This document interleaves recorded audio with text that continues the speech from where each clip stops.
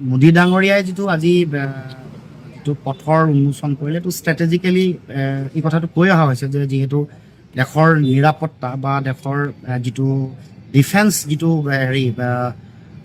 যিটো সামৰিক ব্যৱস্থা, সামৰিকভাৱে ষ্ট্ৰেটেজিকেল জেগা এটুকুৰা কাৰণ ইয়াৰ পৰা চীন বেছি দূৰ নহয়, ইয়াৰ পৰা অৰুণাচল বেছি দূৰ নহয়, আৰু এনেকুৱা ধৰণৰ দেশৰ যিটো অসমমালা যিটো আঁচনি আছে, সেই আঁচনিৰ অধীনত তেওঁলোকে এই কামটো কৰিছে বহু ঠাইত, য'ত বিমান অৱতৰণ কৰিব পাৰে, য'ত যুদ্ধ জাহাজবোৰ নমাব পাৰে।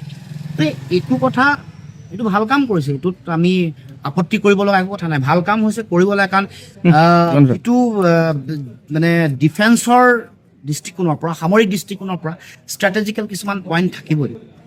দেশৰ ৰাষ্ট্ৰীয় নিৰাপত্তা, দেশৰ সাৰ্বভৌমত্ব, সেইবোৰ সুৰক্ষাৰ কাৰণে কৰা যিকোনো কামতে দেশৰ প্ৰধানমন্ত্ৰীৰ লগত আমি আছোঁ, থাকিম। মোৰ ৰাষ্ট্ৰ প্ৰথম, মোৰ দেশ প্ৰথম, দেশৰ সুৰক্ষাটো প্ৰথম। তাৰ কাৰণে নন কম্প্ৰমাইজিং ৱেত কাম কৰিব লাগে, কিন্তু তাৰ লগে লগে দেশৰ জনগণৰ সামগ্ৰিক উন্নয়ন, এইটো আমি বিশ্বাস। Any Times 24/7. Your news, your voice.